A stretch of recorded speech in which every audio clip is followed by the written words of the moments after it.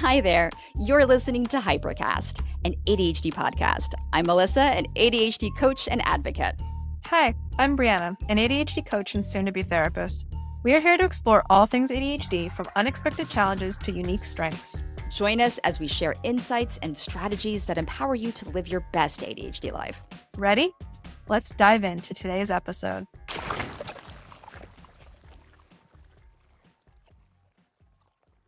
Hi, welcome to Hypercast. Hey, hi, hello, welcome to Hypercast. This week's episode is about communication. The reason why this is so important is because we have been told so many times that we can't communicate, that we are bad at nonverbal communication, that we can't make eye contact, that the way that we are blunt or don't understand sarcasm or whatever means that we are bad, we are broken, we're the ones that need to adjust, that need to fix ourselves, that we should work harder on our communication. And while there is some validity to needing to work on things, because there are people who are particularly unaware of sarcasm or are very direct and blunt and things like that, typically more so in autism than in ADHD. And then there are also people who are like selective mutism and things like that as a result of like energy drainage or masking or things like that, where they just can't speak in situations. Communication is an important skill, but it is also a two-way street. You don't communicate with the wall, you communicate with another person. So the gold standard of communication isn't how well you can communicate, it's how well the information you wanted to pass along is received. Yeah. So go ahead. Oh, no, this week I received an email from someone, and there was a sentence in there that made me go, how do I respond to them? I do not fully understand what they expect of me. I literally had to plug the email into ChatGPT and ask for options on what this person wanted from me. I did get some feedback from ChatGPT, which helped me make a decision on how to respond. It was just really funny. But the fact that the email lacked direct information required me to do extra legwork so I didn't feel like I looked stupid in responding to this person. Yeah. So they failed at communicating because the message was not received. And that's not on you. That's on them. Oh, God, it's so funny. There's actually a program called Goblin Tools, I believe, that does specifically that thing of translating into something that makes sense and then translating it back. Make it professional, make it personal, make it whatever, which I think is just a very amusing piece of technology to exist, because people have acknowledged that this is a problem and that tone does matter. And when you're like over text, even sometimes over voice, my tone isn't what I've intended it to be. Normally when I'm really tired and have no more energy to make my tone what I want it to be. Why do you think that ADHD and communication is an important topic? There are so many reasons why it's an important topic. One, because sometimes we, as people with ADHD, struggle to communicate what our wants and needs are to the world. And we also sometimes struggle to determine what the world expects of us. Pause, because this is the funniest thing ever. There is a thing that I saw where someone was like, oh, it's a sunny day outside. And apparently that meant that they should hang the washing outside. Oh, it's a sunny day. That does not mean you should hang the washing outside. What planet are you? That isn't what? When we leave room for inference, that's where things get lost in translation. But yeah, that's my favorite thing that neurotypicals do. And I've seen so many jokes on the internet about like reversing, like flipping the script and being like, oh, I'm sorry you suffer with neurotypicalism. It seems that you can't be direct with your communication and you have to make all these analogies and inferences, and that's really detrimental to communication, and you have to make an uncomfortable amount of eye contact, and that must be really hard for you. Fabulous. But I've even found myself growing up not knowing what the world needed from me, that if I didn't communicate with detail, that they didn't understand what I was talking about. Yeah. Or I've been frustrated by communication, so it's actually forced me to become even more detailed in how I communicate with people. Instead of just be like, hey, are we hanging out on Wednesday? I'm like, yes, we're hanging out on Wednesday at 5 p.m. Eastern Standard Time. Because if I leave room for anything, I then have to clarify 15 times and then I'm exhausted. Yeah. Okay. So my other favorite thing is that because we've been told that we were wrong so often, ADHD people now have this tendency to over-explain because need to ensure that we have been understood because we've been misunderstood so often.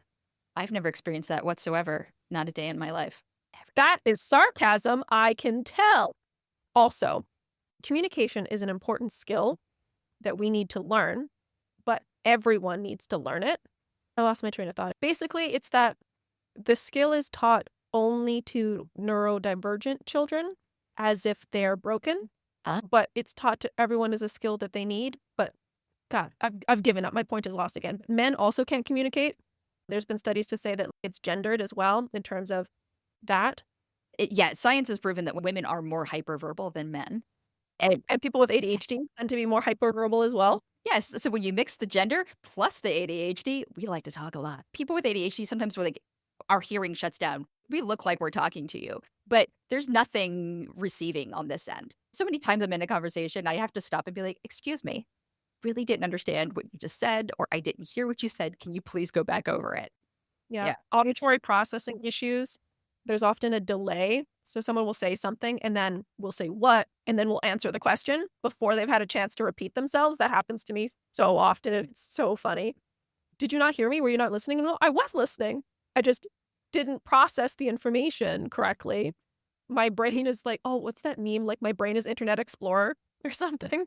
It just takes a minute. Just hang on. We'll get it. I'm trying so hard not to get on my soapbox right now, but I really want to tell you about this really cool study that I found. Okay, tell us about the study. I can do this in under a minute. Do it. Okay, listen to that. Okay. Are you familiar with the telephone game? Okay, our listeners might not be familiar with the telephone game, so very briefly. The telephone game is when you whisper into someone's ear a message, and then they whisper it into someone else's ear, and they whisper it into someone else's ear, and then the person at the end of the line then says the message out loud, and you laugh about how much it degraded along the pathway.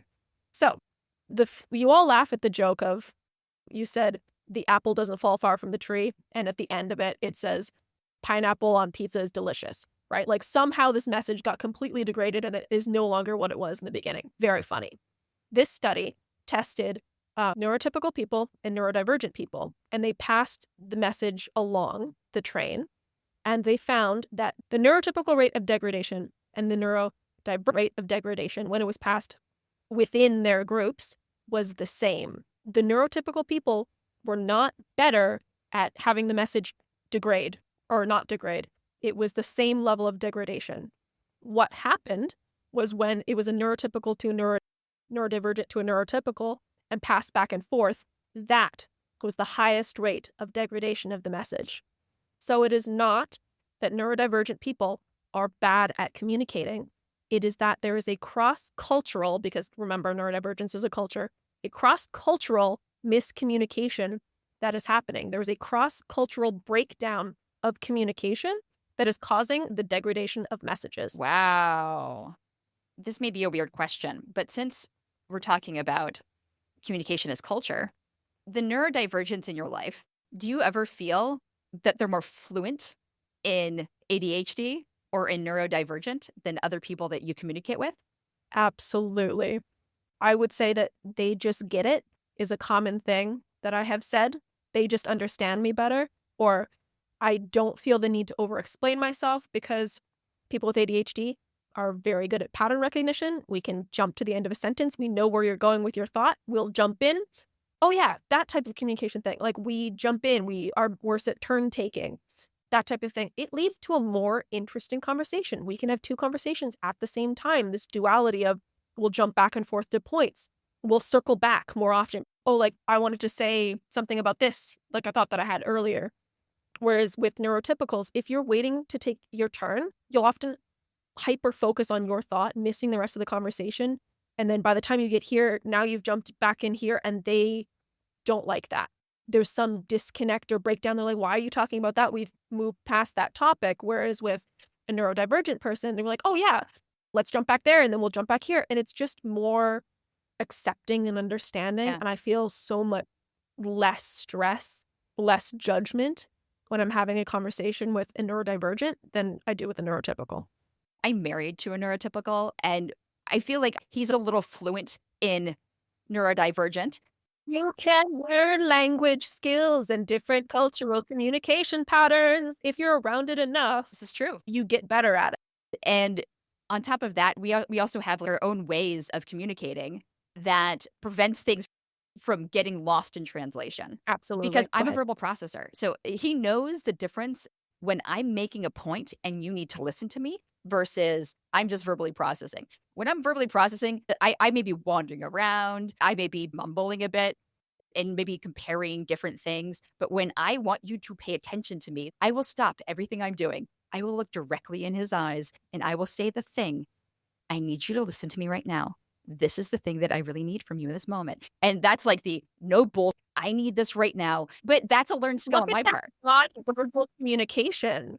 That nonverbal communication that people with ADHD are supposedly really bad at. Huh. Not at all the case. That was an excellent example of nonverbal communication and your ability to use it just fine. Yeah. It's just different. It's not the typical way of doing the nonverbal communication, right? Yes. And because of our masking and because of our mimicry, we tend to mimic body language. So we are not really displaying our authentic messaging. We're reflecting back to you what you're looking like, right? So that's our way of showing empathy, of connecting with the other person, rather than as a way of communicating our own thoughts or desires. On the flip side of that, we can demonstrate discomfort with our nonverbal cues, which neurotypical people tend not to pick up on. If there's excess stimming, weak tags, or any sensory discomfort, that type of thing in terms of nonverbal communication, which seems to be disconnected from what we're verbally communicating. Right. So we could be saying, oh, I'm really happy to be here, and be like very closed off and very unhappy to be here. And neurotypical people don't experience that kind of disconnect. And they tend to match their nonverbal to their verbal, which is another communication difference that culturally needs to be understood. And not just like neurotypical, neurodivergent, like an American businessman versus a Chinese businessman, like one shakes hands, one bows, and then physical distance. There are like African cultures and Caribbean cultures that stand really close together to communicate, and there's less physical distance, and it's a sign. But then in like Finnish or Norwegian cultures, you stand really far apart, and anything closer is invading the personal space bubble, and it's really rude. So there are different ways of communicating in different cultures that are respected already. Like it's already, there's this level of respect of, oh, it's just different, rather than it's wrong or it's broken. And I want that level of respect for neurodivergent communication. I don't want to be told anymore that I am broken or that I need to make more eye contact in order to be viewed as competent or intelligent or any of those things. Like, I don't want to be told that what I'm doing is wrong or I need to fix it, because I want that level of respect. Sing it, sister. About your previous comment about couples, I find this very interesting, is that couples develop a shorthand. When you live with someone for a really long time, and there's a meme on the internet right now going around, my couple's dictionary, and they'd be like, oh, we say this when we want to go to sleep. And they're like, oh, you mean sweepy nine-nine? And I was like, huh? That is not English. That is specifically a shorthand between the two couples. And if you grow up with siblings, you have that same thing. Oh, there's that specific like twin thing where you have this like specific language. Yeah. I had a neighbor once, I straight up told them I'm not good at people. That was my way of communicating. I may not communicate the way you expect me to communicate. Doesn't mean I don't like you. It just means I'm a little different. Oh, that's a good point. We should talk about the consequences of communication. Ah. Right. Because the consequences of communication breakdown tend to be very one-sided, which is really unfortunate, right? So that example you said earlier of your email, they emailed you and you had to go do that extra work to understand an email back so you didn't look like an idiot or whatever. It tends to be the neurotypical who feels like they're not to blame for the situation, no matter what side they're on. It's never, I didn't communicate that correctly. It's, you didn't understand me. Or if they're on the other side, it's not, you didn't, it's not, I didn't understand that. It's, you didn't communicate that correctly. But that's just this personal bias of, I can do no wrong. I didn't realize until right now, just sitting here, I always take the blame for the miscommunication. Yeah. Also a woman. Yeah. Because we've also been told that we're too emotional and that type of thing would impact us. Yeah. But just a general awareness and acceptance of when emotion strikes can help with communication. But that's the same thing of if there's just an awareness and acceptance of difference, communication improves automatically. So if you know that there's a communication difference, then you'll be more accepting of those differences rather than if you're expecting them to communicate the way that you do and they don't. Now you're thinking that's wrong rather than, oh, that's different. Yeah. How can I adapt? But this is what I want. I want that acceptance on both sides. Melissa, have you ever experienced consequences as a result of mismatched communication?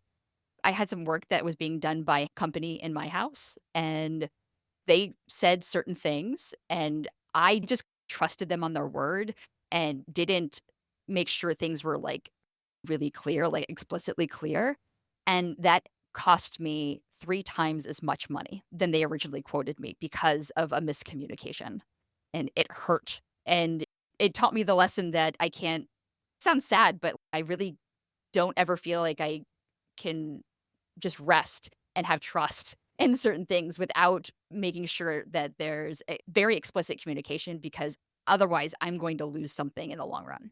Financial consequences is what you're talking For about. that, yes. Okay. There's also relationship consequences because have you ever been in a relationship and gotten into a fight and they're not listening to your perspective and you're not listening to their perspective and you can't actually resolve the problem because no one's really listening? And even though you're trying to talk about it, no one's really understanding? Yeah. Yeah, very common, especially if you're in a neurodivergent relationship where one of you is neurodiverse and one of you is neurotypical. Or I think the other way around. If you're in a neurodiverse relationship where one of you is neurodivergent and one of you is neurotypical, because you're going to default in times of stress and heightened emotions to your default communication system. And if you stop making that effort to understand the other person's perspective, put yourself in their shoes, to listen to what they're saying, to try and understand it, and then to share your story in a way that they could understand, it's a lot of work. And if you're already in a heightened emotional state, you're not going to want to do that. So it's really important to have that level of communication, or there's going to be maybe a breakup, Yep. maybe a fight, maybe I know something this I negative. know this kind of takes us back to what we were talking about before, but that pisses me off a little bit because I feel like so much of the onus is put on me as the neurodivergent. I have to put that effort in. Times Yeah. I'm just tired. And it shouldn't be, it should be equal. Yeah. You're the one who is taking the blame for that, saying, oh, if only I could communicate this better. I've been told so many times that I can't communicate well. If only they could understand my point. And you really want them to understand your point. And they're like, why don't they understand my point? Why can't they figure out what I'm trying to say to them? And it's never responsibility on their part because they haven't been told that they're wrong or broken. So it should not be on you. It should be equally coming together. And the whole couples thing of like us versus the problem, that actually works. Don't fight your partner, fight the thing together. But yeah, same thing in like job situation. If your boss comes to you and says, "Hey, I need you to do this thing," and it's not clear and you do the wrong thing, now you're in trouble at work. Yeah. Yeah. Also, like friendships, for example, if you're texting a friend and you don't use an emoji or a GIF or they don't understand that it's sarcasm and now you're in a big fight and they don't tell you that they're upset because it's text. So you don't know that you've done anything wrong. And now that friendship is degrading because there was just a miscommunication.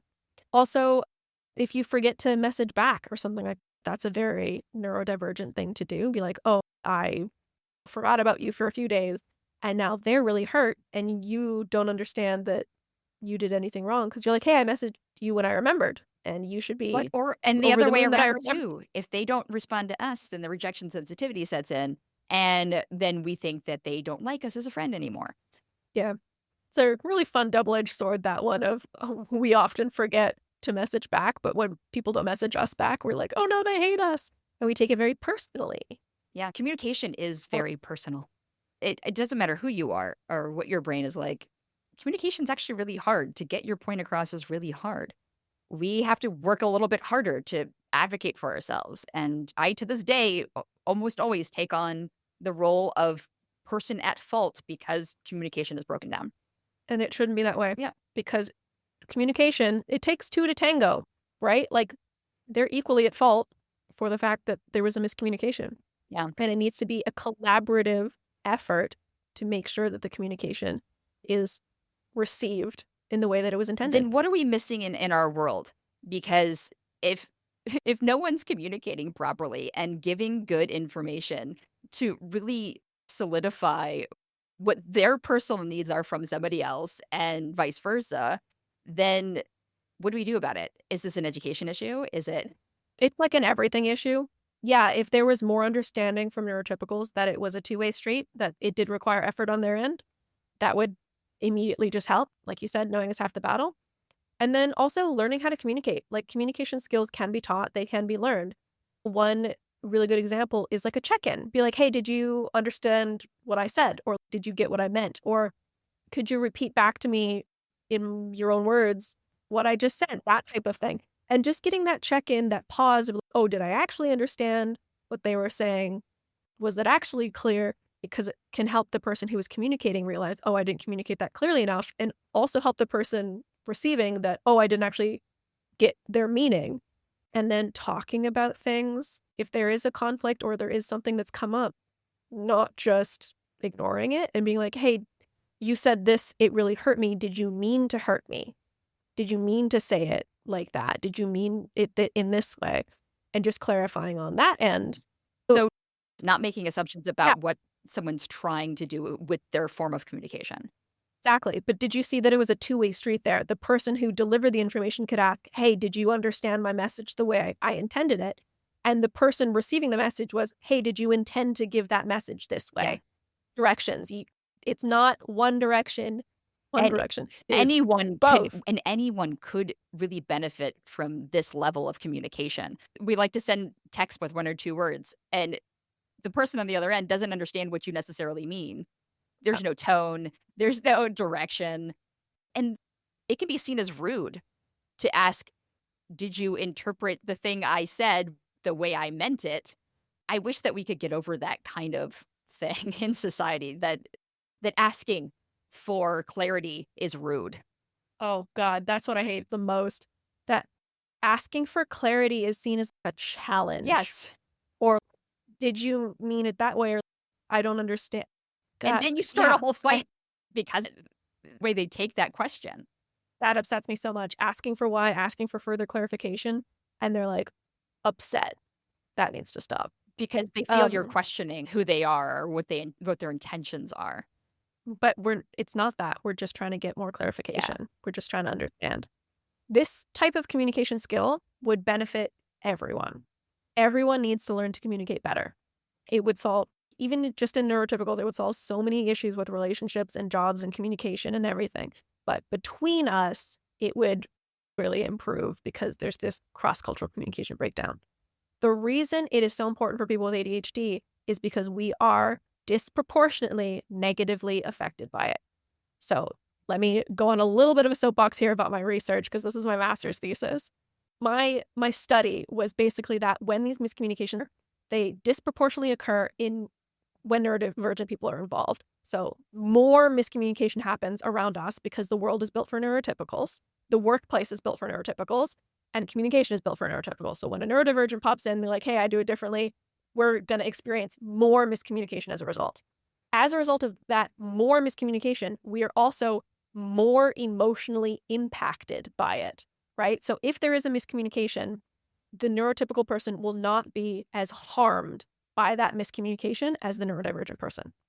What we were talking about with the rejection sensitivity, with the I feel like it's my fault, I have to over-explain, it's a more significant emotional impact. Then that more significant emotional impact also has more impact in relationships and jobs and everything like that. It's a 3-step process. There is more miscommunication. That miscommunication results in more emotional burden, and that more emotional burden is disproportionately larger and causes more problems as a result. But yeah, so that's why it's so important and why communication is like my passion topic, because it is such an easy fix. Yeah. Teaching communication skills is so simple and it's been done for years and would solve an enormous amount of our problems. Yep. Things like active listening, including detail when you're communicating with people, and Yeah. verification. Like you were saying, It- do you understand what I'm communicating to you? Especially in written form. There are a lot of people with ADHD because our working memories are so bad. Getting things in written form is actually really beneficial.